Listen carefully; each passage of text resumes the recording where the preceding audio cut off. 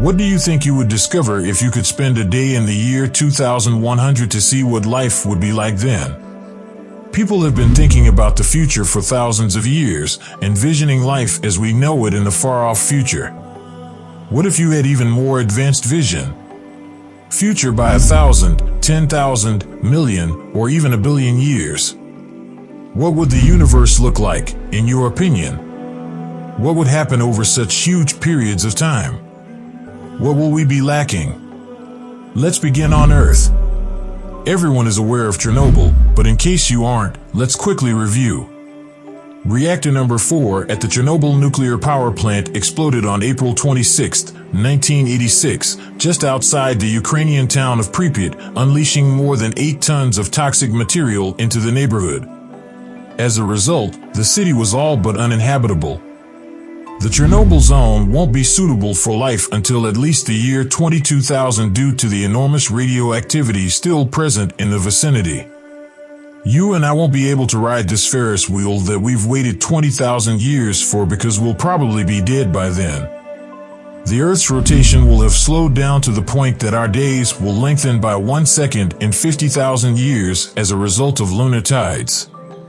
Humans will either need to add a leap second to the clock every single day, which, let's be honest, would probably get extremely tiresome really soon, or we would formally need to extend the day by 1 second if they are still alive and well under the current method of timekeeping. You can go outside on a good night and look up at the clouds that resemble milk drops.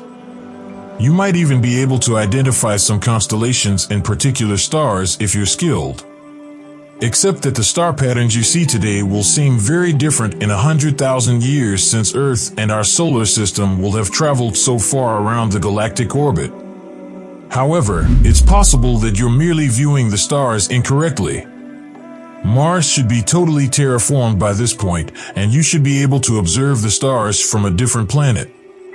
And for a variety of reasons, it might be a good idea to reach Mars as soon as feasible. It is very likely that an asteroid larger than 1 kilometer in diameter will have struck the Earth in 500,000 years. This asteroid would probably leave a crater that was more than 400 kilometers wide and would start tremendous fires that would make the air almost unbreathable. If that wasn't enough to convince you to quit Earth, then maybe this would. It is conceivable that the Earth will have had a major volcanic eruption in 1,000,000 years that would have produced heated magma covering an area larger than 3,000 cubic kilometers. This much magma could cover roughly 75% of the Grand Canyon as it is today. The Toba supereruption was the last large-scale volcanic eruption equivalent to this one. This was so potent that it alone caused a global volcanic winter to last for more than 10 years. Only 3,000 to 10,000 people are thought to have survived this eruption, according to numbers provided by geologists, who also estimate that nearly all flora on Earth was destroyed. If humanity has survived and developed sufficiently, it's possible that by the year 1 million, we will have evolved into a Type 3 civilization. We could harness all of the energy from all of the stars in the entire Milky Way galaxy, since a Type 3 civilization possesses all of the power in the galaxy in which it is located. If the human race has survived and successfully terraformed Mars, this next step might provide issues. The orbit of Mars' moon Phobos is predicted to deteriorate in 50 million years, causing it to crash into the planet's atmosphere and inevitably split in two by tidal forces. Mars could develop a ring system similar to Saturn's now as a result of this damage, but those rings might not persist forever. It is entirely likely that all the rock and debris that produced Saturn's rings may be dragged in or ejected from the system in around 100 million years, leaving Saturn without its famous rings. Saturn and its moons have quite a strong gravitational pull.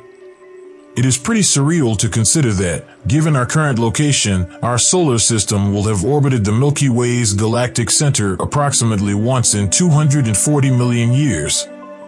240 million years ago, or, coincidentally, one in-galaxy orbit ago, dinosaurs first set foot on the Earth, which at the time was a supercontinent called Pangaea. Speaking of supercontinents, after 250 million years, the whole surface of the Earth will probably coalesce to form a new supercontinent called Pangaea Ultima. According to scientists, this is what the planet's continent will resemble. Pangaea Ultima is predicted to be complete until the year 500 million, after which time life on Earth might experience another mass extinction. A supernova, which occurs when stars die, is an explosion of the star's interior that may be seen throughout the cosmos. Gamma-ray bursts, or GRBs, are extremely massive radiation beams that supernovae frequently emit. Some of the brightest and hottest phenomena known to have ever occurred in the universe are gamma-ray bursts. Our sun has been producing energy at a rate of 3.86 by 1026 watts per second for the past 4.75 billion years. More energy is released in a gamma-ray burst than our sun will produce in its whole 10 billion year lifetime. It is very likely that a GRB will occur within 6,500 light-years of Earth by the year 500 million, and a gamma-ray burst from 6,500 light-years away may completely destroy the Earth's ozone layer in a single 30-second beam. In addition, there would be a mass hunger and extinction of land and sea species. And this, my friends, is the beginning of the end for our beloved blue marble. If there is life on Earth after 800 million years, it will cease at this time.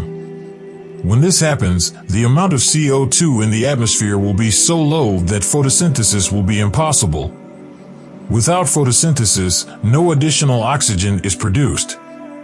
Without oxygen, multicellular life would end.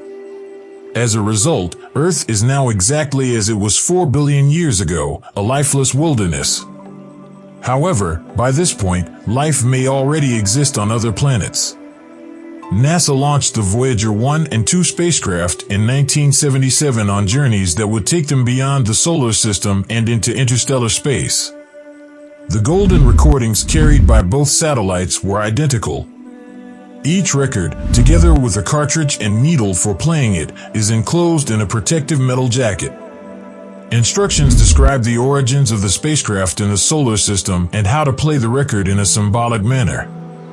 Along with greetings in 55 different languages, noises from Earth, and even music from the time of Voyager's launch, the record includes 115 photos from Earth. And track 26 by Blind Willie Johnson, Dark Was the Night, is among the most recognizable and motivational songs among the 27 tracks on the golden record. Young Johnson was diagnosed with a handicap and went blind. Despite the fact that his music was very well received and he enjoyed some popularity at the time, he had very little money. This is the only known image of Blind Willie and himself because little is known about his life. The entire human population, however, is carried on track 20. SIXS Dismal was the night during a protracted, dark journey into the depths of space. A man with very little experience and little understanding of the world around him has created art that is moving through space at a speed of more than 17 kilometers per second. And I think this portrays us quite well. We are incredibly inquisitive beings who seek to learn more about the cosmos. We know so little about what is actually out there waiting to be uncovered. We lack Johnson's ability to see beyond our immediate surroundings. Humans are represented by the golden records on the Voyager spacecraft. This picture of Blind Willie Johnson is exactly what the golden records are to us, a portrait of who and what we are to any alien civilizations that might stumble upon them. On the research team tasked with gathering an image of Earth to be placed on the records, astronomer Carl Sagan decided to add Johnson's song because it speaks to the predicament he encountered frequently: nightfall without a place to sleep. The shroud of night has yet to touch a man or woman in the same place since humanity first appeared on Earth. One of the first and last things that extraterrestrial civilizations may hear from us is the musical expression of humanity's hardships.